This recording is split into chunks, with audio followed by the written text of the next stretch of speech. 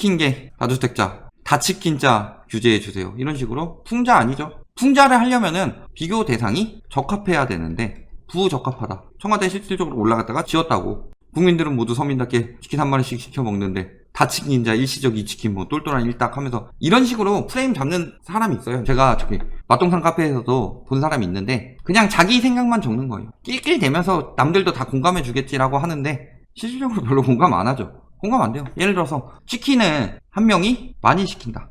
매출이 늘어나고 도매 쪽 매출도 늘어나면서 더 저렴하게 가져올 수 있겠죠. 닭값이 떨어지게 만드니까 다치킨자는 치킨을 먹는 서민들에게 좋은 사람이죠. 근데 다주택자들은 한 명이 집을 많이 가져가면 줄어들죠. 다른 사람들이 하루에 50마리만 튀깁니다. 이렇게 딱 거기서 못 먹은 사람들이 이야기하면 모를까. 수요보다 공급이 훨씬 많죠. 말도 안 되는 얘기 하고 있다. 자기 뇌 속에는 저런 거밖에 안 들어가 있는 거예요. 저 정도 되면은 뇌가 주름 하나 없이 동안인 분이 자기 생각대로 하면은 뭔가 비교가 되는 것처럼 해서 억지로 말 껴맞추는데 말도 안 되는 얘기 하고 있다.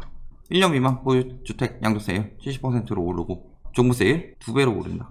특히 세금 폭탄에 다주택자 매각 증여 고심 8월에 증여 취득세 12% 지금 추진하고 있다. 증여하면 손해본다. 무능한 김현미 장관이라면 장관은 계속 유지를 해야 집값이 오를 텐데 왜 김현미 거짓말 이런 거 실시간 검색어로 띄우고 내려오게 만들어라 이런 이야기들 자꾸 기사들이 내고 있느냐. 정치권에서 그런 이야기들이 나오고 있느냐. 김현미가 자꾸 멍청해서 집값 띄우는 것 같다라고 하면은 냅두면은 집값 더 올라가면서 나중에 자기 당한테 더 도움이 될 텐데 왜 그런 얘기 하고 있어요? 이제 와서 지읒 되게 생겼기 때문이죠. 원래 12, 16대도 이렇게 얘기했는데 20대 때 막았다. 21대 때 딱 요만큼 올려버리면은 부족하죠. 올해 올랐어야 되는 건데 올해 못 올랐더라도 내년치까지 올리겠다. 그런데 언론들 뭐라 그래요? 다주택자만 잡으면 집값 잡힐까요? 예스.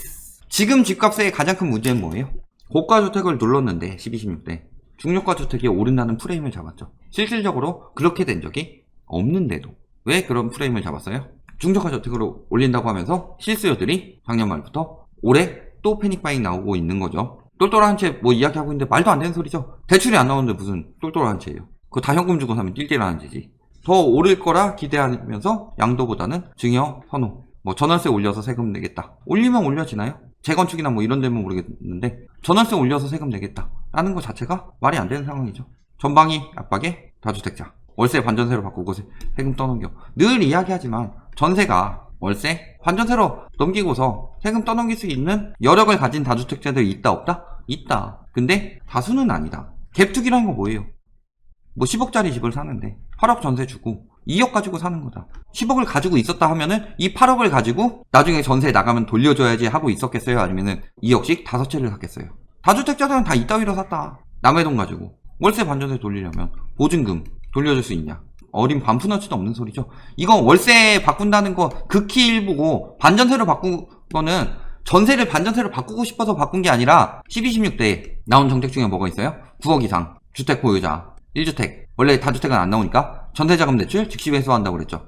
기존 살고 있는 전세집에 대해서는 1회에 한해서 연장해 주겠다라고 한 거죠. 8억 살고 있었다. 근데 8억 해가지고 이 중에서 뭐 한 6억 정도 전세대출 받았었다. 이 사람이 지금 2억 가지고 딴 데 갈 수가 없어요. 전세대출이 안 나오니까. 그렇다고 지금 내 집에 있는 사람을 빼자니 내 집에 있는 사람에게도 전세금을 돌려줘야 되잖아요. 그럼 대출 받아도 안 된다. 그러면 뭐 하는 거예요? 집주인이 재계약 때는 8억 하고 월 한 50만 원씩 내세요. 싫은데요 해가지고 여기 쫓겨나면 갈 데가 없는 거예요. 그러니까 울며 겨자 먹기로 반전세가 들어간 거다. 자세한 부분에 대해서 이 정책 때문에 이렇게 되는 여파다 라는 이야기를 안 한다. 그냥 오른다고만 프레임 잡고 있다. 그러면은 여기서 어리숙한 사람들은 아 지금 전세가 오르는 상황인데 올려달라면 올려주는 수밖에 없겠네 하고 올려주게 되는 거예요. 그 심리를 집주인들도 이용하고 있는 거고 전세가 오르면은 버틸 수 있는 여력이 늘어나니까. 근데 전세가 오르는 거 전세가 어차피 돌려줘야 되는 돈이죠. 보유세 오른다고 해서 전세가 올리면은 버텨져요?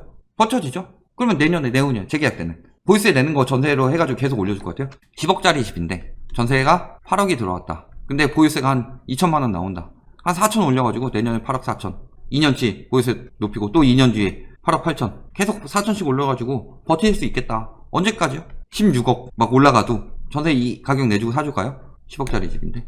아니죠. 보유세 계속 내야 되는데. 전세 보증 보험을 들고 나가야겠다 라고 이야기하면 돌려줘야 돼요.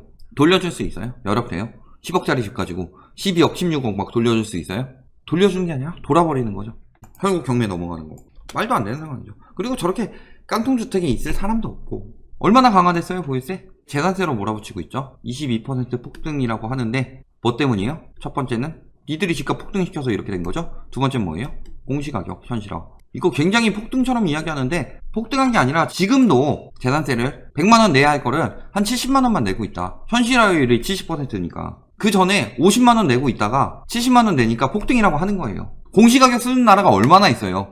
그동안 공시가격을 계속 안 올려서 유지했던 때가 있었죠. 집값은 계속 폭등하는데 그때 공시가격을 같이 올려서 보유세를 늘렸다면 집값이 이렇게까지 폭등하지 않았을 텐데 공시가격은 그대로 두고 집값만 계속 올라가게 해서 불로소득을 장려하니까 계속 올라가게 된 거죠. 이거 정상화하겠다고 하니까 이거를 섬이 죽이는 것처럼 말하고 있어요. 그런데 실질적으로 뭐다? 보유세 절반도 안 된다. 대폭 강화해야 된다. 그래서 강화하는 거다. 그 외에 이번에 뭐 있어요? 다주택자들 빠져나가는 거. 첫 번째 증여 취득세 아까 올려서 막는다고 그랬죠. 신탁 법인 임대사업자 안 하고 증여도 안 하고 그냥 세금 내겠다 하는 사람은 인정해줘야죠. 국가에 기여를 많이 하시는 분인데 이거 말고 증여나 임대사업자나 신탁 법인으로 빠져나가는 게 문제였는데 법인 작살났죠. 증여 지금 막고 있죠. 신탁 어때요? 기사에서 신탁 부동산 막는다 라고 나오죠. 그리고 710 대책에서 막았죠. 그런데 신탁 부동산에 대해서 실소유주인 신탁자에게 주택수를 포함시키는 거 이거 굉장히 강력하고 신탁 부동산에 대해서 방법이 막혔는데 이걸 가지고 신탁 부동산 하는 사람들 문제 많이 커졌다. 금매물 나올 것이다. 혹은 이 사람들이 빨리 뭐 발등에 불 떨어졌다. 이런 얘기를 해야 되는데 이 얘기를 안 해요. 6월 18일 기사죠. 기사가 없어서 그래요. 이거 갖다 쓴 거예요. 분명히 710 대책에 원소유자 위탁자로 변경한다 라고 그랬죠. 보유세 납세자. 실질적으로 시행되고 나니까 이야기 안 해요. 이거 이야기하면 집값 떨어지니까. 임대사업자 폐지한다고 그랬죠. 언제 등록 많이 했다? 2017년에 종부세 합산과세랑 양도세 중과 피하기 위해서. 실질적으로 지금 와서 얘가 좀 빚을 바라는 거지 과거엔 얘가 핵심이었죠. 양도세 중과 피하는 거. 임대사업자 양도세 중과를 피하기 위해서 파리 대책 이후에 나온 거니까 4년 단기 임대 많이 했는데 똘똘한 채 해가지고 2017년 8위부터 913 때까지 집을 샀던 사람들 4년 단기 임대로 사놓고서 임대사업자 등록했다. 언제예요? 2021년 8월에서 2022년 9월에 매물이 나올 것이다. 이때쯤 되니까 양도세가 너무 비싸죠. 그런데 이번에 710 대책에서 자발적인 등록 말소 허용한다. 과태료 면제해주겠다. 말소 시점까지 세제 혜택에 대해 유지해주겠다. 지금 말소해서 빨리 팔려고 하겠죠. 소급 적용해서 규제하자면은 일단은 뭐 처음에 정책 잘못 냈으니까 임대사업자에 대해서는 그거에 대해서 잘못되었다라고 해야 되고 소급 적용까지 가려면은 헌법에 위배되는지 그런 것도 찾아봐야 돼서 추진하기가 굉장히 어렵다. 그러니까 알아서 자진해서 내놔라. 그때 시세 차익 보려고 2017년에서 2018년에 똘똘한 채라고 많이 구입한 인간들 내놔라 빨리 싸게 이렇게 유도하는 거죠. 그런데 임대사업자에 대해 규제가 없다. 눈에 보이는 것만 이야기하는 거죠. 종부세 얼마 안 낼 것처럼 자꾸 이야기하는데 실질적으로 공시가격 인상안은 아직 안 나왔어요. 공정가액 비율 또 올라가죠. 그렇죠? 세부담 상한 올라가죠. 여기에다가 공시가격까지 발표되면은 종부세가 3%에서 3.2% 됐다. 뭐 0.2%포인트 오르는 것 같다라고 이야기하는데 공시가격이 올라가 버리면 구간이 바뀔 수가 있다. 종부세율도 딱 지금까지만 계산해놓고서 폭탄인데 버틸 수 있다. 이렇게만 이야기하고 있어요. 10억짜리 집을 가지고 있는데 6억짜리 세금만 내고 있었기 때문에 문제였죠. 10억짜리 집을 가지고 있으면 10억 원어치 세금을 내야죠. 그런 부분에 대해서는 시장경제 이야기를 안 하고 정당하게 세금을 물리겠다는 것도 사회주의래요. 이 닥쳐인 빨갱이 새끼야! 저한테 이러죠. 왜 저한테 이런 얘기해요? 지들이 자유시장 논리를 해치면서 그러니까 결국에는 지들 집값 떨어지게 만들면은 빨갱이 시킨 거죠. 지들 집값 올라가게 만들면은 자유시장 경제 논리인 거고 정당하게 세금 걷는다고 하니까 그건 빨갱이죠. 고가주택 취득세율 인상할 것이다. 꼼수 증여 방지한다. 12%까지 올린다. 자꾸 이런 얘기하죠. 고가는 알아서 고가대로 놀게 만들고 서민주택을 잡아라. 서민주택이 어디 있어요 지금? 서민주택이었던 게 고가주택이 됐으니까 잡는 거죠. 강남이 서민들이 살면 안 되는 동네인가요? 부자들도 구를 완전히 점령하지 않죠. 동별로 살죠 보통. 뭐 예를 들어 한남동이라든가 이런 식으로. 그런데 왜 서민이 진입하기 불가한 것으로 됐냐? 가격 띄우기 때문이죠. 언제 많이 늘었어요? 다주택자들. 늘어났다가 억제해서 조금 줄어들었다가 임대사업자 혜택 보고서 조금 늘어난 거죠. 11채 이상 소유한 거. 이 사람들이 종부세 엄청나게 타격이 입을 거다. 그렇죠? 임대사업자로 빼놓은 거 미루고 있는 거죠. 안 낼 거예요. 임대사업자는 안 끝나요. 앞으로 매물이 나올까요? 취득세율 올리고 종부세율 올리고 양도세율 올리고 임대사업자 자진 취소 만들고 증여취득세 올리고 신탁 위탁자에게 돌렸죠. 거기는 망했어요. 어디로 빠져나가서 버틴다는 얘기인지 모르겠어요. 방법도 안 알려주고서 버틴다예요 이제. 대신 뭐 어쩌줄 거예요? 기자가 다주택자예요? 뭐 1주택 종부세 내는 거 9억 이상 그 정도 되려면은 적어도 12, 13억 이상의 주택을 가지고 있어야 종부세율 올라가는 거 영향을 받죠. 그런 아파트를 가진 사람들이 다음 네이버에 댓글 달고 있어요. 할 일이 없어서. 말이 되는 소리예요. 선동을 하고 있는데 그 선동에 넘어가고 있다. 거기에 플러스로 정치적으로 이용하기 때문에 반대를 위한 반대를 하고 있다. 매물 가격이 물에 잠길 것이다.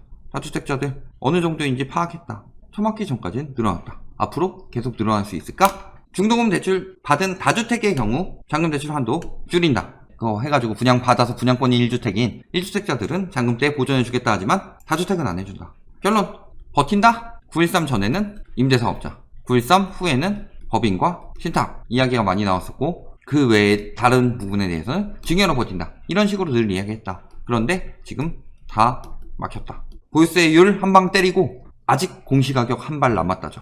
다주택자들이 이거 방탄재산이야 이 개새끼들아 하고 버티더라도 방탄 아니죠. 아직 공시가격 한 발 남았으니까. 매물이 나오게 하기 위해서는 다주택 투기꾼들을 잡는 게 더 핵심이죠. 고가보다는. 다주택 투기꾼들이 빠져나갈 만한 방법이 없기 때문에 점점 더 다주택자들이 패닉에 빠질 것이다. 그런데 지금 산다 라고 하는 게 가장 비싸게 주고 남을 배려해주는 좋은 방법이다. 여기까지 말씀드리겠습니다.